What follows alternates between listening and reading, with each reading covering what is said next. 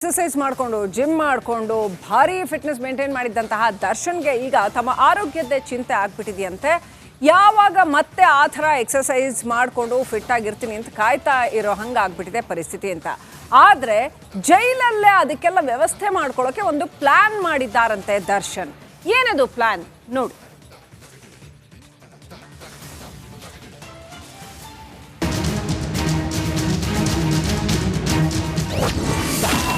ಜೈಲಲ್ಲಿ ಇರೋ ದರ್ಶನ್ಗೆ ಆರೋಗ್ಯದ ಚಿಂತೆ.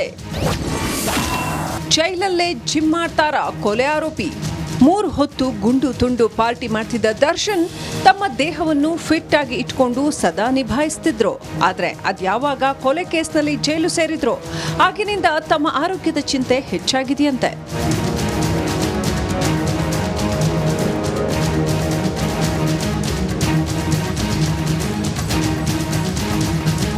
ಹೀಗಾಗಿ ಜೈಲ್ನಲ್ಲೇ ಜಿಮ್ ಮಾಡೋಕೆ ದರ್ಶನ್ ಪ್ಲಾನ್ ಮಾಡ್ತಿದ್ದಾರಂತೆ. ಜಿಮ್ ಮಾಡೋಕೆ ಬೇಕಾದ ವಸ್ತುಗಳನ್ನ ತರಿಸಿಕೊಂಡಿದ್ದಾರೆ ಅಂತ ಹೇಳಲಾಗ್ತಿದೆ. ಜೈಲು ಸಿಬ್ಬಂದಿಗಳ ಜೊತೆ ಸೇರಿ ಕೊಠಡಿಗೆ ಬಂತ ಜಿಮ್ ವಸ್ತುಗಳು ಅನ್ನೋ ಅನುಮಾನ ಕೂಡ ಶುರುವಾಗಿದೆ.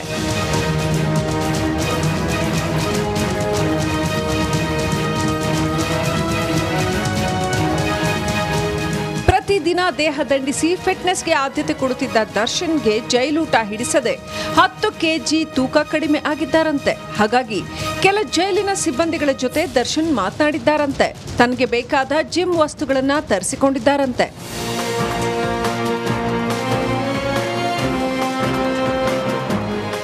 ಇನ್ನು ಪರಪ್ಪನ ಅಗ್ರಹಾರ ಜೈಲಿನಲ್ಲಿ ದುಡ್ಡಿದ್ರೆ ಎಲ್ಲವೂ ಲಭ್ಯವಾಗುತ್ತಾ ಅನ್ನೋ ಪ್ರಶ್ನೆ ಎದುರಾಗಿದೆ.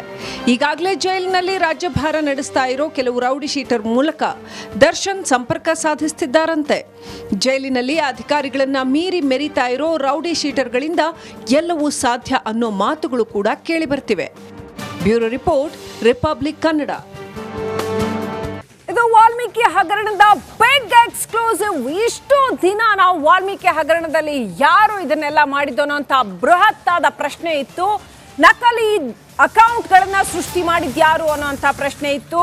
ಇಡೀ ಹಗರಣದ ಸೂತ್ರಧಾರಿ ನಾಗೇಂದ್ರ, ನನ್ ಅದರ್ ದೆನ್ ಮಾಜಿ ಸಚಿವ ನಾಗೇಂದ್ರ ಅನ್ನೋಂಥದ್ದು ಗೊತ್ತಾಗ್ತಾ ಇದೆ. ಇಡಿ ಅಂತ ಒಂದು ವಿಚಾರವನ್ನ ಬಾಯ್ಬಿಡಿಸಿದೆ. ನಾಗೇಂದ್ರ ಆಪ್ತರು ಇಡಿಯಲ್ಲಿ ಆ ವಿಚಾರವನ್ನ ಬಾಯ್ಬಿಟ್ಟಿದ್ದಾರೆ. ಇಡಿ ತನಿಖೆಯ ಸಂದರ್ಭದಲ್ಲಿ ನಿಗಮದ ಸಿಬ್ಬಂದಿಗೆ ಬೆದರಿಸಿ ನಕಲಿ ಖಾತೆಗಳನ್ನ ಸೃಷ್ಟಿ ಮಾಡಲಾಯಿತು. ಇಡಿ ತನಿಖೆಯ ವೇಳೆ ನಾಗೇಂದ್ರ ಆಪ್ತರು ಬಾಯ್ಬಿಟ್ಟಿದ್ದಾರೆ. ಯಾರೇ ಕೇಳಿದ್ರು, ಯಾರೇ ಮೈಕ್ ಹಿಡಿದ್ರು ನಾಗೇಂದ್ರ ಅವ್ರು ನಂಗೇನು ಗೊತ್ತಿಲ್ಲ ಅಂತ ಇದ್ರು. ಇವತ್ ನೋಡಿದ್ರೆ ಅವರೇ ಸೂತ್ರಧಾರಿ ಅನ್ನೋಂತ ಮಾಹಿತಿ ಬರ್ತಾ ಇದೆ. ಇಡಿ ಅದನ್ನ ಹೇಳ್ತಾ ಇದೆ. ಈ ಬಗ್ಗೆ ಇನ್ನಷ್ಟು ಅಪ್ಡೇಟ್ ಪಡ್ಕೊಳ್ಳೋಣ. ನನ್ನ ಸಹೋದ್ಯೋಗಿ ನಾಗೇಂದ್ರ ಬಾಬು ಕನೆಕ್ಟ್ ಆಗಿದ್ದಾರೆ. ನಾಗೇಂದ್ರ ಬಾಬು, ಇಡೀ ಪ್ರಕರಣದ ಸೂತ್ರಧಾರಿ ನಾಗೇಂದ್ರ ಅನ್ನುವಂಥದ್ದು ನಕಲಿ ಅಕೌಂಟ್ಗಳನ್ನ ಸೃಷ್ಟಿ ಮಾಡಿದ್ರು ಸಿಬ್ಬಂದಿಯನ್ನ ಬೆದರಿಸಿ ಅಂತ.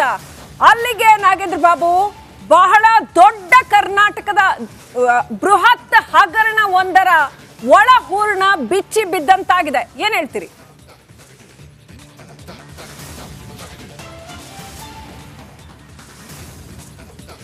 ಎಸ್ ಶ್ರೀಲಕ್ಷ್ಮಿ, ನೋಡಿ, ಇವತ್ತು ಗ್ಯಾರಂಟಿಗೆ ಹೊಂದಿಸೋದಕ್ಕೆ ಎಲ್ಲೋ ಒಂದು ಕಡೆ ಸರ್ಕಾರದ ಖಜಾನೆಯಲ್ಲಿ ಹಣ ಇಲ್ಲ ಅನ್ನುವ ವಿಚಾರಗಳನ್ನು ಸರ್ಕಾರದ ಭಾಗವಾಗಿರುವಂಥ ನಾಯಕರೇ ಹೇಳಿಕೆಗಳನ್ನು ಕೊಡ್ತಿದ್ದಾರೆ. ಅಂಥದ್ರಲ್ಲಿ ನಿಗಮ ಮಂಡಳಿಗೆ ಇಟ್ಟಂಥ ನಿಗಮ ಮಂಡಳಿಗೆ ಅದು ಫಲಾನುಭವಿಗಳಿಗೆ ಹಣ ಸಿಗಲಿ ಅಂತೇಳಿ ನಿಗಮ ಮಂಡಳಿಯಲ್ಲಿ ಇಟ್ಟಿರುವಂಥ ಹಣವನ್ನೇ ಇವರು ದುರುಪಯೋಗವನ್ನು ಪಡಿಸ್ಕೊಂಡಿದ್ದಾರೆ. ಅದು ಸರ್ಕಾರದ ಭಾಗವಾಗಿ ಸಚಿವರಾಗಿದ್ದಂಥ ಸಂದರ್ಭದಲ್ಲಿ ಬಿ ನಾಗೇಂದ್ರ. ಸೊ ಇದೆಲ್ಲವೂ ಕೂಡ ಇಡಿ ಅಧಿಕಾರಿಗಳು ದಾಳಿಯನ್ನ ನಡೆಸಿದ್ದ ಸಂದರ್ಭದಲ್ಲಿ ನೋಡಿ, 2 ದಿನ ದಾಳಿ ಮಾಡಿದ್ರಲ್ಲ 20 ಕಡೆ, ಆ ಒಂದು ದಾಳಿಯ ಸಂದರ್ಭದಲ್ಲಿ ಈ ಎಲ್ಲ ವಿಚಾರಗಳನ್ನ ಕಂಡುಕೊಂಡಿದ್ದಾರೆ. ತಮ್ಮ ಆಪ್ತರು ಯಾರೆಲ್ಲ ನಾಗೇಂದ್ರ ಅವರು ತಮ್ಮ ಆಪ್ತರು ಅಂತ ಹೇಳ್ಕೊಂಡಿದ್ರು, ಪ್ರಮುಖವಾಗಿ ನೆಕುಂಟಿ ನಾಗರಾಜ್ ಎಂದರೆ ಆತ, ಮತ್ತೊಂದು ಕಡೆ ನಾಗೇಶ್ವರ ರಾವ್, ಇವರಿಬ್ಬರನ್ನ ಕೂಡ ವಿಚಾರಣೆಗೊಳಪಡಿಸಿದಾಗ ಅವರಿಂದ ಇಡಿ ಅಧಿಕಾರಿಗಳಿಗೆ ಮಾಹಿತಿ ಸ್ಪಷ್ಟವಾಗಿ ಗೊತ್ತಾಗಿರುವಂಥದ್ದು. ಈ ಹಗರಣದ ಹಿಂದೆ ಇರುವಂಥ ಪ್ರಮುಖವಾದಂಥ ಸೂತ್ರಧಾರಿಯೇ ಈ ಮಾಜಿ ಸಚಿವ ಆಗಿರುವಂಥ ಬಿ ನಾಗೇಂದ್ರ ಅನ್ನೋದು. ಯಾಕೆ ಅವ್ರಿಗೆ ಕನ್ಫರ್ಮ್ ಆಗುತ್ತೆ ಅಂತ ಇಡಿ ಅಧಿಕಾರಿಗಳಿಗೆ, ಮೇ 27ನೇ ತಾರೀಕು ಚಂದ್ರಶೇಖರ್ ಆತ್ಮಹತ್ಯೆ ಆಗುತ್ತೆ. ಮೇ 29ನೇ ತಾರೀಕು ಇದೇ ನಾಗೇಂದ್ರ ಅಧಿಕಾರಿಗಳ ಜೊತೆಲಿ ಶಾಂಗ್ರಿಲಾ ಸಂಪರ್ಕದಲ್ಲಿ ನವೀನ್ ಪದೇ ಜೈಲಿಗೆ ಬರ್ತಾ ಇದ್ದಾರೆ. ದರ್ಶನ್ ಪತ್ನಿ ವಿಜಯಲಕ್ಷ್ಮಿ ಭೇಟಿಯಿಂದ ಪವಿತ್ರ ಗೌಡಗೆ ಆತಂಕ ಉಂಟಾಗ್ತಾ ಇದೆಯಾ? ಬ್ಯಾಕ್ ಟು ಬ್ಯಾಕ್ ಭೇಟಿಯಿಂದ ಪವಿತ್ರ ಗೌಡಗೆ ಟೆನ್ಷನ್ ಶುರುವಾಗ್ತಾ ಇದೆಯಾ?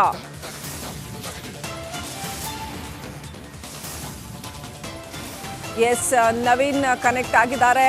ನವೀನ್, ಮತ್ತೊಂದು ಕಡೆ ವಿಜಯಲಕ್ಷ್ಮಿ ಪದೇ ಪದೇ ಭೇಟಿಗೆ ಬರ್ತಾ ಇದ್ದಾರೆ, ದರ್ಶನ್ ಅವರ ಭೇಟಿಗೆ ಅಂತ. ಪವಿತ್ರ ಗೌಡಗೆ ಆತಂಕ ಆಗ್ತಾ ಇದೆಯಾ ಅಂತ. ಈ ಇಡೀ ಪ್ರಕರಣ ಆದ ಮೇಲೆ ಪವಿತ್ರ ಗೌಡ ಹೇಗಿದ್ದಾರೆ, ಅವ್ರ ಬಗ್ಗೆ ಏನು ಡೀಟೇಲ್ಸ್ ಇದೆ?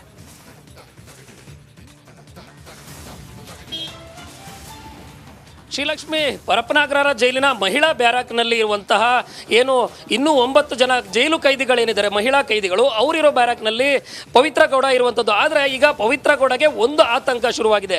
ಏನಂತ ಹೇಳಿದ್ರೆ, ಸಮತಾ ಏನು ಪವಿತ್ರ ಗೌಡ ಆಪ್ತೆ ಸಮತಾ 2 ಬಾರಿ ಜೈಲಿಗೆ ಯಾವಾಗ ಭೇಟಿ ಕೊಟ್ಟು ಒಂದು ದಿನ ಪವಿತ್ರ ಗೌಡನ ಭೇಟಿ ಆಗ್ತಾಳೆ ಸಮತಾ, ಅದಾದ ಮಾರನೇ ದಿನ ದರ್ಶನ್ ಅವನು ಕೂಡ ಜೈಲಿನಲ್ಲಿ ಬಂದು ಭೇಟಿಯಾಗಿ ಹೋಗ್ತಾಳೆ. ಇದಾದ ಬಳಿಕ ಏನು ಸಮತಾಗೂ ಕೂಡ ಒಂದು ನೋಟಿಸನ್ನು ಕೂಡ ಪೊಲೀಸರು ಕೊಡ್ತಾರೆ.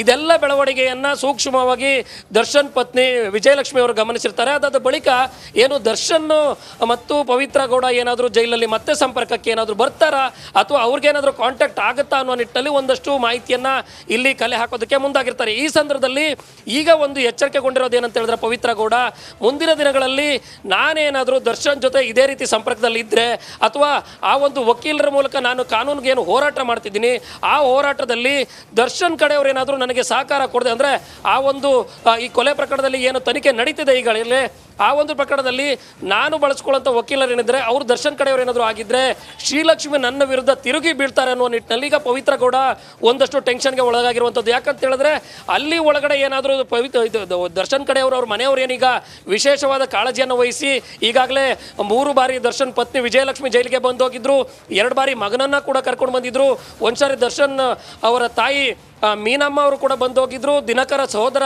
ದಿನಕರ ಅವರು ಕೂಡ ಬಂದೋಗಿದ್ರು. ಇದೆಲ್ಲ ಬೆಳವಣಿಗೆ ಆದ ನಂತರ ಜೈಲಿನಲ್ಲಿ ಒಳಗಡೆ ಇರುವ ಪವಿತ್ರ ಗೌಡಗೆ ಈಗ ಸಂಪೂರ್ಣ ಆತಂಕ ಶುರುವಾಗಿರೋದು ಅಂತ ಹೇಳಿದ್ರೆ, ನಾನು ಈಗಾಗಲೇ ಈ ಒಂದು ಪ್ರಕರಣದಲ್ಲಿ A1 ಆರೋಪಿಯಾಗಿ ಜೈಲು ಸೇರಿದ್ದೀನಿ. ಮುಂದಿನ ದಿನಗಳಲ್ಲಿ ಈ ಒಂದು ಪ್ರಕರಣದಲ್ಲಿ ನನಗೆ ಯಾವುದಾದ್ರೂ ನಾನು ಪರ್ಸನಲ್ ಆದ ಒಂದಷ್ಟು ಏನು ಈ ಒಂದು ಕೇಸ್ನಲ್ಲಿ ಜಾಸ್ತಿ ಹೋರಾಟ ಮಾಡೋದಕ್ಕೆ, ಕಾನೂನು ಹೋರಾಟ ಮಾಡೋದಕ್ಕೆ ಒಳ್ಳೆಯ ವಕೀಲರನ್ನ ನೇಮಕ ಮಾಡಿಕೊಂಡ್ರೆ ಇನ್ನೊಂದಷ್ಟು ಕಾನೂನಿಗೆ ಏನು ನನಗೆ ಹೋರಾಟ ಮಾಡೋದಕ್ಕೆ ಸಹಕಾರ ಆಗುತ್ತೆ ಅನ್ನೋ ನಿಟ್ಟಿನಲ್ಲಿ ಸಮತಾ ಗೌಡ ಜೈಲಿಗೆ ಬಂದಾಗಲೂ ಕೂಡ ಪವಿತ್ರ ಜೊತೆ ಇದೇ ಚರ್ಚೆ ಆಗಿದೆ ಅನ್ನೋ ಮಾತು ಹೊರಗಡೆ ಕೇಳಿ ಬರ್ತಾ ಇರುವಂತದ್ದು. Shrilakshmi, right, thank you Naveen, details. ಇನ್ನು ಜೈಲಲ್ಲಿ ಸಪ್ಪೆ ಊಟ ತಿಂದು ನಾಲ್ಗೆ ರುಚಿ ಇಲ್ಲದೆ ಪವಿತ್ರ ಗೌಡ ಕೂಡ ಒದ್ದಾಡ್ತಾ ಇದ್ದಾರೆ ಅಂತ ಹೇಳಲಾಗಿದೆ. ಪವಿತ್ರ ಗೌಡ ಕೂಡ ಮುದ್ದೆ ಊಟ ಅಷ್ಟೇ ತಿಂದುಕೊಂಡು ಸಿಕ್ಕಾಪಟ್ಟೆ ಸೊರಗಿ ಹೋಗಿದ್ದಾರಂತೆ. ಪವಿತ್ರ ಕೂಡ ಕೋರ್ಟ್ ಮೆಟ್ಲೇರಿದ್ದಾರೆ. ಯಾಕೆ ನೋಡಿ.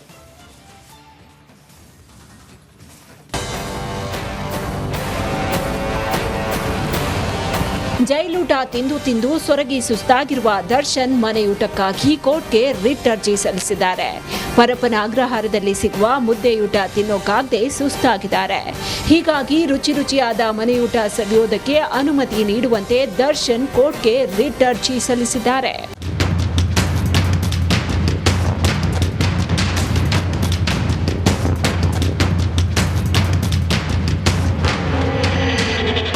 ದರ್ಶನ್ ಸಲ್ಲಿಸಿರುವ ರಿಟ್ ಅರ್ಜಿ ವಿಚಾರಣೆ ಜುಲೈ 18ಕ್ಕೆ ನಡೆಯಲಿದ್ದು, ದಾಸನಿಗೆ ಮನೆಯೂಟ ಸಿಗುತ್ತಾ ಇಲ್ವಾ ನೋಡಬೇಕು. ಈ ಮಧ್ಯೆ ಕಾಟೇರನ ಗೆಳತಿ ಪವಿತ್ರ ಗೌಡ ಕೂಡ ತನಗೂ ಮನೆಯೂಟ ಬೇಕು ಅಂತ ಅರ್ಜಿ ಸಲ್ಲಿಸುವ ಸಾಧ್ಯತೆ ಇದೆ. ಜೈಲೂಟ ತಿಂದು ತಿಂದು ರುಚಿ ಕಳೆದುಕೊಂಡಿರುವ ಪವಿತ್ರ ಗೌಡ ಮನೆ ಊಟ ಬೇಕು ಅಂತ ವಕೀಲರ ಮುಂದೆ ಅಳಲು ತೋಡ್ಕೊಂಡಿದ್ದಾರೆ. ಹೀಗಾಗಿ ಪವಿತ್ರ ಗೌಡ ಪರ ವಕೀಲರು ಇವತ್ತು ಮನೆ ಊಟಕ್ಕಾಗಿ ರಿಟ್ ಅರ್ಜಿ ಸಲ್ಲಿಸುವ ಸಾಧ್ಯತೆ ಇದೆ. ಜೈಲಿಂದ ಹೊರಗಡೆ ಇದ್ದ ವೇಳೆ 3 ಹೊತ್ತು ರುಚಿಯಾದ ಊಟ ಸೇವಿಸಿ ಮೈ ಕೈ ತುಂಬಿಕೊಂಡು ಬಿಂದಾಸಾಗಿದ್ದ ದರ್ಶನ್ ಹಾಗೂ ಪವಿತ್ರ ಗೌಡ ಫುಲ್ ಸೊರಗಿದ್ದಾರೆ. ಇದೀಗ ಇಬ್ಬರೂ ಮನೆ ಊಟಕ್ಕಾಗಿ ಕಾಯ್ತಾ ಇದ್ದು, ಇದಕ್ಕೆ ಕೋರ್ಟ್ ಏನ್ ಹೇಳುತ್ತೆ ಕಾದ್ ನೋಡಬೇಕು. Bureau report, Republic Kannada.